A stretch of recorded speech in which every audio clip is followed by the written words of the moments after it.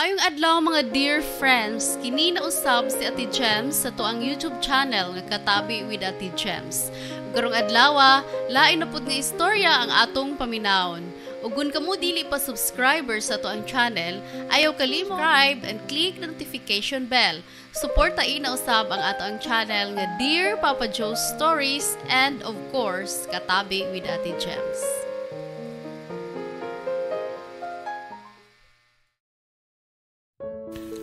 Mayong adlaw kanyang tanan mga ka-dear friends. Kininausap ang inyong ubos nga lagad nga si Papa Joe. Marka bahala. I'll take the risk. Linya sa nakinahanglan og pagsalig sa iyahang kaugalingon. Tanan aning kalibutan na kay risgo. Why? Kasiguraduan. Everyday sa usa ka pagpamilok, mausab ang tanan. Andam ka ba nga mo take sa risk o sa risgo? Mamahala. Ang atong sender karon nga si Maya ningon nga ready siya nga mo take sa risk. Humana siya nasakitan o mahadlok masakitan pag-usab. Kung di siya mutaak sa tubig, dili niya kini mahibaw-an kung lawom ba o mabawra. Matud pa sa lyrics sa kanta nga great love song always ends with a broken heart. So wala pa makasubscribe sa tuang YouTube channel, palihog ta. O subscribe o click na lang sa notification button para ma-notify mo sa mga bago na to mga istorya. Labi na sa mga Visayan speaking people. Okay? So dito maglangay. Aniya na ang suwat, sugilanon ni Maya. Dear Papa Joe, hi and hello sa mga listeners around the globe. Sa di pa na ko isaysay ang istorya sa kinabuhi o gugma, magpaila ko ninyo. Pero tagualan ko sa pangan nga Maya. Nga the island girl sa Bisaya pa, taga-isla. Bata pa lang ko, Papa Joe, pabor na kayo ang kong life diri. I belong to the middle class family. Matilawan na ko ang mga lamian o gusto na kong pagkaon. Mabuhat na ko ang akong gusto though broken home me. Pero wa mahimong babag ang pagka-broken family para magpuyo sa kinabuhi nga haruhay. Inila og respetado sa mong lugar ang family sa ako ang mama. Papa Joe, bisan pa man, wa kini mahimong rason para mahimo silang mapahimatason. Sila ang family nga naay kaya. Pero ang ilahang pamustura, labaw lang o gamay sa makakaon, okay na. Sa iyon rakayo ang life para nako. But there's one thing that I can't hide. Wikay ko. Like gamayng problema, mahugno dayon ko. Ug mo dayon ko og panawag sa kong mama. In short, medyo may pagka mama's girl ko. College na ko niadto diyang gistorya ko sa kuang sister. Kuha og criminology day. Matod pa ni ate na ako. Dali ko nga nibalibad. Di lang ko tiyoy. Ganahan ko magmaestra. Gusto ko ipadayon ang damgo sa atong inahan. Di ba pangandoy niya sa una nga mahimong teacher, pero wa matuman mao nga ako'y mo padayon ni ini. Tubag ko pa. O sige, kung gusto kang mag-teacher, pero kay baobiya ka ha, nga ato kag syudad mo school, ato sa Cebu Normal University. Ready na ka? Matod pa nila ni ate o soban akong mga members sa mong family. Wala na ko'y laing choice. Mukuha na lang ko og kurso nga di ko ganahan, ang criminology. First semester pa lang, Papa Joe, during ROTC, gibuwad na mi sa init. Napawang pananaw and suddenly, nakuyapan ko. Pero bisan og lisod kayo para nako, ni padayon lang gihapon ko. Pero nagsugod na kong sakit-sakit tungod siguro sa akong kaguol kay wa mong gigoy kalipay sa akong kurso. Tungod siguro sa stress, mao nga masakito na kay ko. One day, giingnan ko sa akong mama. Relaxan diya, Maya. Pahuway lang sa. Nag-relax na bito ako, ma. Kay Domingo maron niya. Ugma, eskwela na sab. Tubag ko pa. No, di na mo ako ipasabot. Ang gusto nang isulti ni mo ba, nga mao nga, una lang sa og one semester. Matod pa sa akong mama. Nalipay ko kay di na ko mag-anto sa kalbaryo sa kong kurso nga criminology. Pero nag-uulsab ko. Kay siyempre, mas tapang akong pag-eskwela. O mabihind ko sa akong mga kabatch. After 1 year akong standby, ako na mismo ang ni-enroll sa kagalingon sa kurso nga ako yung gusto. Dili education, kundi usa ka medical nga kurso, Papa Joe. To make the story short, tungod kay lahab magyud nako ang kurso na kahuman ko, nakagraduate ko, and I proudly say nga I even passed the board exam. Karon, Papa Joe, usan ako ka registered midwife by profession. Kini akong accomplishment, dili na ko maabot og di tungod kang Kurt. Si Kurt di ay ang akong boyfriend. He's my everything. Siya ang akong tutor, akong guide, akong bread and butter. Siya ang nag-motivate na ako throughout the years during my college days. Malipayon kay ko, Papa Joe. Wa na ko'y pangayoon pa sa Ginoo kay naanak ko tanan. Loving and supportive family, kind and caring boyfriend. Licensed na ko by profession. Unya, nadawat na sa ko og trabaho. Nga in line gyud sa akong nahuman nga kurso. Pero, mao lang na ipagtuon nako, Papa Joe. Ang wala ko masayri nga nagmatalan na kong buntag sa among relasyon ni Kurt. Usa ka adlaw niya na nakikistorya siya nako. Love, proud kay ko nimo. Matod pa ni Kurt. Thanks, love. Og salamat kaayo ha. Di ko ni maabot og di patungod nimo.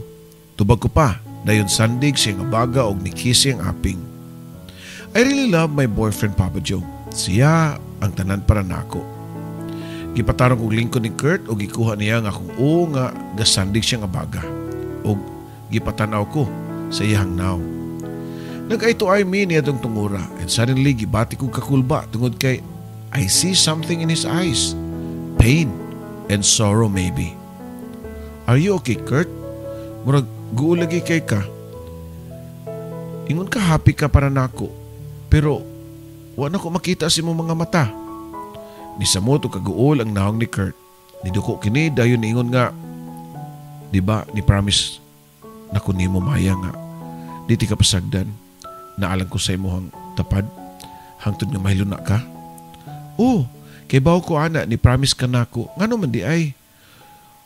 Ngano man di ay, uy, kalain ba ni mong intro uy? Ako masay kulbaan nimo, tubag ko pa.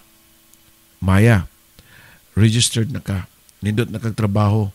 So, di na kay ka mabalaka o di na kay ko mabalakan nimo. You can do things on your own. Please, do me a favor. Ang pingi mo kagulingon ha, bisagwaan ako sa imong life. Matod pa ni Kurt. Og dito nakabarog ko pinakalit og pinasaka ang akong tingog og ako siyang gipangutana. Ngano man day Kurt? Biyaan ko nimo? Si nabuhat na ko nimo nga buwagan ako nimo, doon na nakailain. Taas ko pa nga tingog, Papa Joe, pero si Kurt, hinay kayo ang tingog nga halos siya ra ang makadungog. Panahon na nga makabaw ka sa tinuod, Maya. I've cheated you, dugay na. I've slept with other woman years ago. Butang awa na ko mabuhat nimo kay girespeto na ako ang imong pagkababae. Naginahinay og agas ang ako ang mga luha, Papa Joe. Sa iya mga gipang-confess na ako. Di gyapon ko makatuo. Gusto ko nga patuhuon na kung kagalingon nga joke-joke lang siya. Nga iya ra kong giprank. Pero ang iyang itsura, mailagyod nga nagsulti siya sa tinuod. Namahid ko sa akong mga luha o pugos nga ni Smile. Years ago naman ka dito. Okay lang Kurt, oy, madawat pagyapon ti ka. Ingon ka, wa nimo tuyo maybe napugos lang ka. Tungod kay wa na ko gihatag nimo ang akong kaugalingon. O dito nimo gipagawas sa laing babae. Okay ra nako Kurt, oy. Nasabtan na gyapon ti ka. Dawaton gyapon ti ka. Ayaw lang ko biyai. Abi na ko kato mga linyaha mao'y makasave sa among relasyon, Papa Joe. Pero walang day gyapon. Nagtuon na usab ang mga luha ni Kurt ug ningon nga, I'm sorry love, pero di na ako kapadayon sa tong relasyon na kinahanglan nag-amahan ng akong anak. Ang akong pinugnan nga hilak na pagawas na gyud nako. Nihilak og kusog nga murag bata. Wa ko'y labot kung dunay makadungog nako. Sakit kayo nga ako nadunggan nga murag bomba nga nibuto sa akong atubangan, Papa Joe. I'm really sorry, Maya.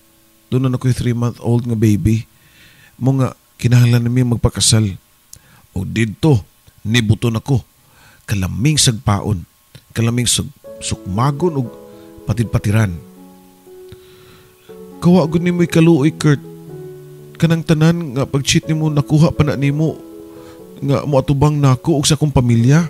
Kabaga gud nimo naong. Singka ko pa nga to niya. I was about to tell you, Maya, pero na timing man to nga final exam unya. Di ko gusto nga madisturbo ka labi na sa imuhang board exam. Mo nga gitago na ako. Pero karon okay na ka. You deserve to know the truth. And mao na pud ni ang time nga mananghid na ko nimo. Mao na ni last atong panagkita as boyfriend and girlfriend. I need to go and settle down para sa among baby. Paglakaw ni Kurt, nagbarog lang gihapon ko sa ako ang gitindugan ug wa ko makalihok dayon. Murag feeling nako di tinuod, murag damgo lang. Kanagaring murag wa pa dayon nako ma-process ang kalit niyang pagbiya nako. Pero bisag unsaon pa nako wa na gid siya. Naghilak ko nga niuli sa moa Papa Joe. Gitagbo ko ni Mama. Nak, okay lang ka? Mabalakon pa nga pangutanan ni Mama nako. Pero wa na ko katubag og nihilak na kutaman dayon gakus kang Mama. Nakasabot dayon si Mama og naon sa ko. Gigakus ko niya og hugot dayon gihup-huwap ang akong buko-buko. It's okay, baby. You will be fine. You can recover. Promise na ko nimo nga ma-okay ra katanan. Matud pa ni Mama nako. Tungod sa kong kaguol, nakahukom ko nga mo abroad na lang. Nalirapod kay ko nadawat sa akong giaplayan og pila may istorya. Nilarga ko sa laing nasod. Baon ang kasakit sa gibuhat ni Kurt nako. Pagabot ako sa laing nasod, samtang nagtrabaho ko, mura kong robot nga kontrolado nga akong mga lihok. Pero I still managed to function. Pagabot na ako dito, igo lang ko, nagpaibaw sa kong pamilya nga naabot na ko ug okay na ko. Pagkuman-ana, wa na ko ni contact sa kong family ug after 6 months, usap ako ni balik og contact nila. Pero nakasabot raman sab sila. Nako, kay mao to'y akong means of healing myself.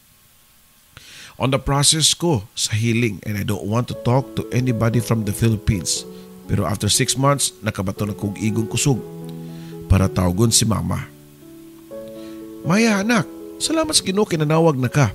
Matod pa ni Mama sa pikas linya nga bisag klaro nga naghilak pero nagpahiyom og nalipay. Usa ra meaning sa akong pagpanawag. Naka-recover na ko. Ang tinuod, layo ra si tinuod nga naka-recover na ko, Papa Joe. Naalang gihapon ang sakit, ang failure, ang disappointment, and I don't know kung hangtod kanus ako nga mag-antos. Maybe forever na ni nga makatatak sa akong kasing-kasing ug tibuok sistema sa akong pagkatao. Okay ra ka di, anak? Pangutana pa ni Mama. Okay ra ko, Ma. Okay ra po na akong trabaho.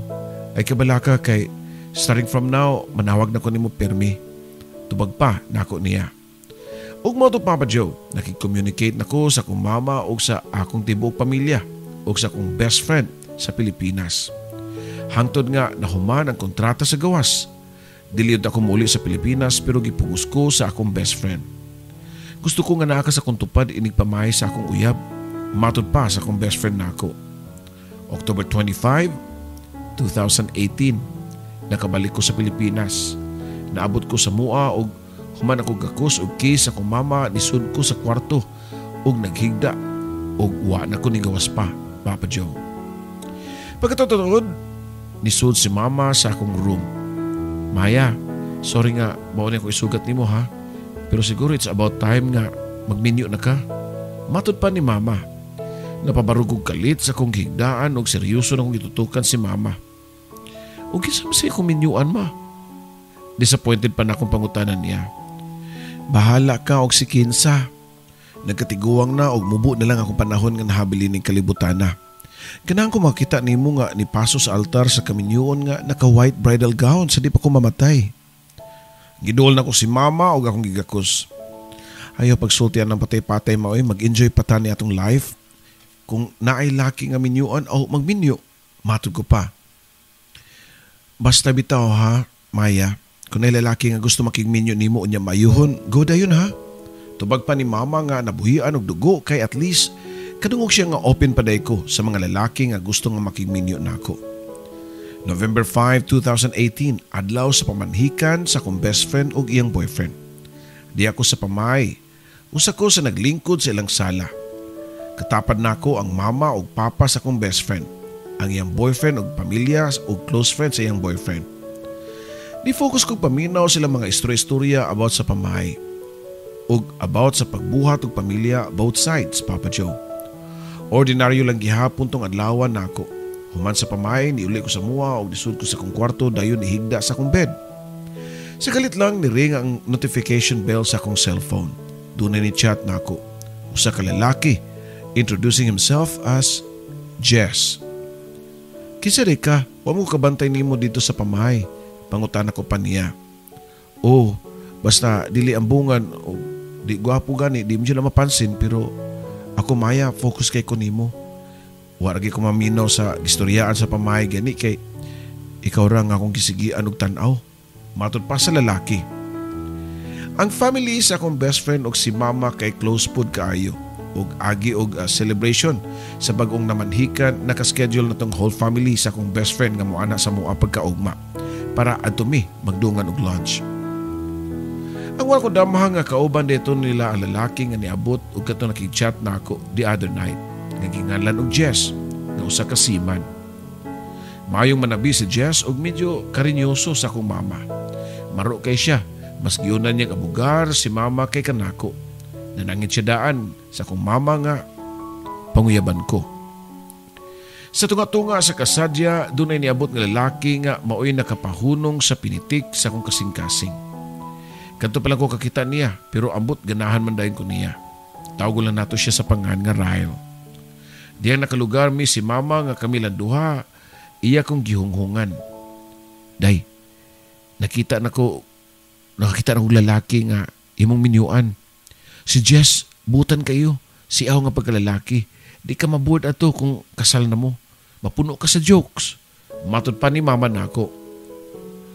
Hala mo oy, di mo ko ganahan ato niya. Kita ka anak mo, kanalakiha o. Kanabagong abot ba? Kana naka-polish shirt ba? Muna ako nagustuhan. Tubag ko pa. Nga niya, pinaagi sa pagkomedya pero daang tinuod. Nitanaw si mama sa lalaki nga naka-polish shirt og niyang uyango. Okay pud bitaw siya pero wa man ta kailangan niya basta nagminyo na na. Matod pa ni mama. Ay da, ma. Wa man ko nagdali kung kisay moabot nga ganahan ko. Mao na siya. Tubag ko pa. Human na to nga event, nag-iyahay na silang papanguli pero si Jess gikan pagani sa mua. Nakig-chat dayon na ako. Musakay na rabang kong barko sa January, Maya. Mayon taog before ko makalarga. Doon na ako uyab para ma-inspire kong samot. Mingaw ra ba kayo sa barko? Matod pa ni Jess. Igor ako nga ni-reply og smiley, Papa Joe. Butan si Jess. Ug dunay trabaho pero murag wagi spark para nako. Lahi ang akong gusto. Si Ryle nga iya rapod nga barkada di ay. Balis lang tulo ni Jess, Ryle ug ang fiancé sa akong best friend magbarkada, Papa Joe. Samtang nag-chat mi si Jess, ni-chat pod sa kuha ang akong best friend. Best, katubang guy ba nga pangalag Ryle ba? Single pa to siya? Pangutan ko pa. Na, malas ka best oy na nato uyab. 4 years na sila and happy lang relationship. Tubag pa sa akong best friend. Ouch, kasakit. Ngano kaha nga nakagusto nato dili ta ganahan. Kananong wata nakagusto mo itong mauyunan. Giwalaan lang nako sa kung nahuna si Ryle kay take naman di ay. Ni-focus na lang ko kang Jess nga persistent kaayo sa iyang tuyo nako. Ayon na sig pamisita diri sa mua oy kay daghan kayog iro magabi sa daan delikado og masimplang imong motor. Madasmagan kag iro matud ko pa ngadto kang Jess. Hadlo ko anang iro. Bahala nagpila nak iro. Nga moali na ako, makapamisita lang ko ni mo diha, Maya. November na. Hapit ng January, mulargan ako. Please, allow me nga, musud sa imong kinabuhi. Itry lang good ko. Kung di gyud ka ganahan na ako na mo let go ni mo. Anyway, uyab-uyab pa man ang ato Dili bitaw minyo dayon. Pwede ra ka mo atras anytime. Grabe gyud pagka-convince niya. Jess din ako nitong gabi na, Papa Joe. Hapit ko madala. Kabaw ko si mong gibati, Jess, pero nasakitan na magugkog. Mahadlok na kumusod og relasyon. Tubag ko pa. Dili man parehas tanan nga lalaki, Maya. Ayaw hikawi imong kagalingon nga mutry og lalaki. Kung failure ka sa imong first love, basin og swertiyon ka sa sunod. Life is too short para i-deprive nimo imong kagalingon nga malipay ka. Promise na ko nimo og sa imong mama og sa tanang anghel nga nasa kalangitan nga kung sugton ko nimo, mahalon ti ka. Di ti ka binuangan og di ti ka pahilakon. He was very convincing during that night, so nadagig ko niya o gihatagan ako sig chance. Sige, gisugot na ti ka, Jess, pero I hope nga di mo sayangan ang gihatag nimo nga trust. Kay gikan para ba ko sa phobia og lalaki. Lipay kay si Jess nga ako siyang gisugot. Siya pa mismo ang nagbalita kang mama nga kami na officially. Lipay pud kay si mama, kay buto biya kayo saya kan Jess. Hangtod, ang family ni Jess, gipailaila niya nako. Nakauyon-sab ko. So technically, wag yung problema both sides. December 2018, when Jess gave me a ring. I want to marry you, Maya. It doesn't have to be right away. Musakay pa ko barko sa January. Please dawata lang niya kong proposal para mahilo na ang ako nahuna sa laod. Matod pa ni Jess. Gidawat na ko yung proposal, Papa Joe, sa kakondisyon nga samtang musakay siya barko, mubalik po kong trabaho sa abroad. Okay kayo nga mong relasyon, bisan og long distance relationship min duha. Happy me nga makontento lang sa chat-chat o video call. Kung doon na siya signal sa barko. Wa ko magdahom nga malipay day ko pag-usab after failure relationship namo ni Kurt. Tinood yun di ay ang kiingon nga love is sweeter the second time around. It doesn't mean nga same guy imong i-love, you can love another guy o kana nga gugmaha na palgan nako kang Jess. April 2019, nakabalita ako o pinakabati nga balita sa tibok na akong kinabuhi. Si mama. Doon ay sakit nga cancer. Unya terminal pagyud. Paspas kayo nga na-depreciate ang lawas ni mama kay by July, wala na siya kaantos. And she passed away. Kung gisakitan ko sa pagkabuwag na mo ni Kurt, sa una, way makalabaw sa kasakit nga nawa si mama. Affected kay ko. Labi na nga mama's girl ko. Wala ko'y kadaganan pa. Wanay tao nga ako masturyahan sa tanang kasakit o kalipay. Wanay tao nga makasabot na ako sa tanang oras. Nagbangutan ko sa kamatayon sa kong mama o tungod kay bakasyon pa ko sa Pilipinas sa pagkamatay sa kong mama, naapod ang akong mga support group para mulingaw na ako. Akong best friend o iyang fiancé. Si Ryle o iyang girlfriend nga si Marie. Nagka-close na lang sab mi kay moramang grupuha. Si Jess lang ang wa kay tuwa pa man siya sa barko. Unsa gitabuha nga doon naman ko'y nadiskubrian, Papa Joe, about kang Jess. Di gyud siguro itugot kay kayunan nga tuntuhon lang ko pirmi og lalaki. Nasakpan ako si Jess nga doon ay lay babae nga uyab. Ang nakapait kay kailaran nako ang babae kay ako ra nga second cousin. Mura ko na double kill niya itong higayuna. Mo pa'y pagkawa ni mama o niya masakpan ni mo ang uyab nga dunay gikabuangan, dunay kulukadidang ug ako pag yung igagaw. Ako gitchatan si Jess, gikonfront ako siya pero wa siya ni angkon directly. Nagchat-chat naman mi anan niya pero di mi uyab uy. Di na ako na mabuhat ni mo, Maya. Imposible kayo na kay lahab kiti ka. Pag-explain pa niya na ako. Nito orasab ko niya kay wa man ko ebidensya, Papa Joe. Sulti-sulti raman ang ako nadungog gikan ra pud sa akong mga close relative nga nakabalita nga dunay relasyon si Jess o nga akong igagaw. Padayon na nga mong long distance relationship hangtod nga niabot ang month of October. Og didto. Ako nagyud ang nakasakop sa ilang relasyon tungod na pud sa social media. Uyab gyud ay sila. Si Jess o nga akong cousin. Laing sakit na sa Papa Joe. Diha-diha akong gibugan si Jess. Kadang-kadang nagsagol na ang kaparutan ni abot sa mga kinabuhi. I know nga og dili ko ka-move on sa pagpakamatay sa akong mama given na. Unya gipunan pagyud sa pagluib ni Jess nako. Depressed kay ko. Affected ko hangtod akong work. Ang akong gibuhat ni join ko og online charismatic community. Sa ingon ani man lang nga paagi makuha-kuhaan ang akong gibating kaguol ug kasakit.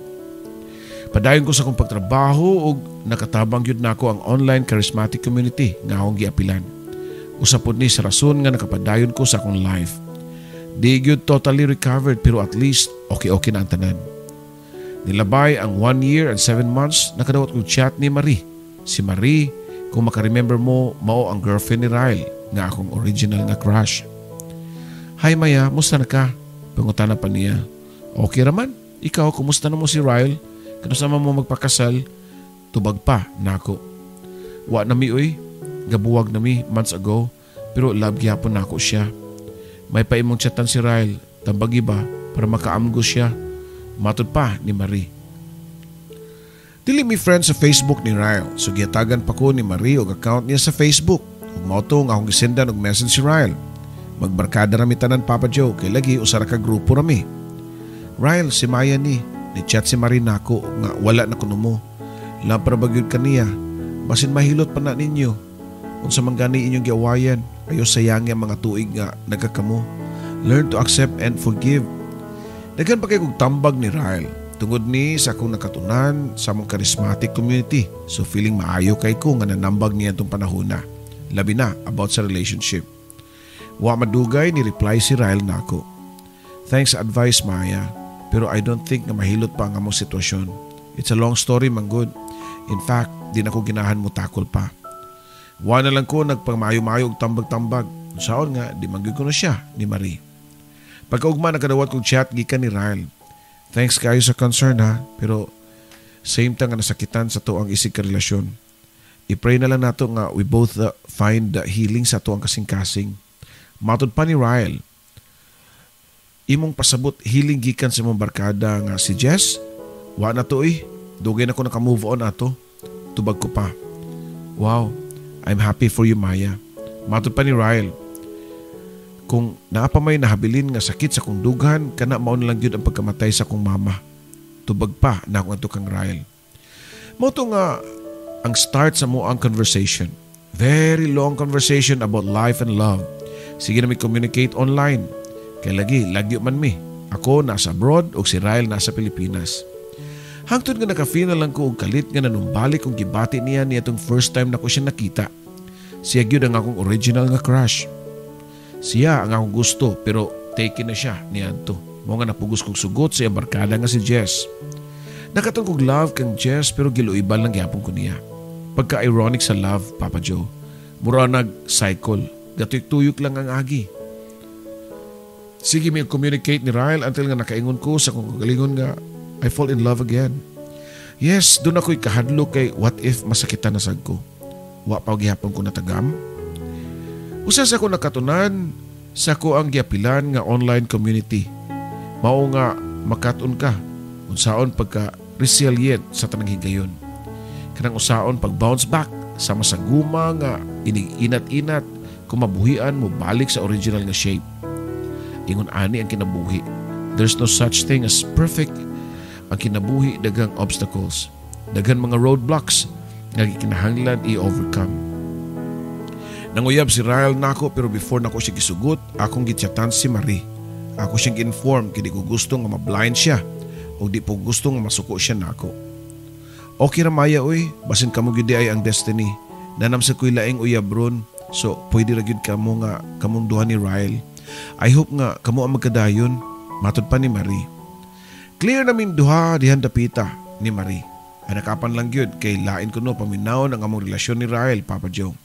Tungod kay si Jess ug Ryle managbarkada, si Jess ug Ryle silingan ra og balay sa Pilipinas. Ang pamilya ni Jess ug Ryle suod kaayo ug nasuod na pud sa kong family. I'll take the risk. Matod pa ni Ryle nako. Nagsamot nami nga magkita. Muli ko sa Pilipinas ug iya kong tagbuon dayon. Ipailailas katilingban nga kami na. Pagawas ko na ko sa airport diya sa arrival si Ryle. Nagbarog ug nagpaabot na ako. Wadi ko mulakaw. Nagtindog sa ako sa layo ug ako na sa siyang kitanaw. Dito na-prove na ako sa akong kagalingon nga this is it. It's him. And hopefully, ako pod para niya. Dito na-prove na ako sa akong kagalingon nga siya gyud. Niduol ko ni Ryle ug ako nakita nga teary-eyed siya samtang nagtanaw na ako. Ryle, I'll take the risk too. I'll take the risk dili para kang Jess nga barkada mo.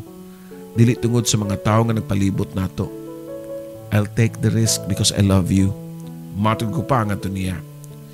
Daghan kayong salamat sa pagbasa sa akong suwat, Papa Joe. Sa pagkakaroon, di ako sa laing nasod. Gihuman na ako akong kontrata while si Ryle nasa Pilipinas. Nagsabot mi nga magpakasal na, iniguli na ako. In life, dapat ka nga mo take sa risk. Kay og dili, way may tabo sa mong kinabuhi. Tanan man gud siguro ning kalibutan na puro sa risko. Wala may kasiguraduan ang tanan. Ang ato lang nga enjoy and be happy. Samtang naapan nimo ang usa ka butang or ang relasyon. Kay in kaso mawa na kini sa imong mga kamot, proud ka sa imong kagalingon ug wa kay pagabasulan. Kay you did your best. Dini na lang ko to, Papa Joe, and I hope na gustuhan ra sa imong mga followers ang akong istorya. Doon na po na ipipila ka mga pagtulunan nga ma-apply sa itong mga adlaw-adlaw nga panginabuhi. Akong giagda ang mga naminaw karon nga, why not? Write your story and send it to Papa Joe para ma-inspire ang tanan. Thanks and more power. Imong magtatampo, Maya. O sa pag-agda ni Maya, I hope nga kamusad mo share sa inyo mga istorya. Ipadalan ka na sa ko ang Gmail sa papajoesuperb@gmail.com. Papa Joe Superb with B, superb @gmail.com. Daghang salamat and God bless.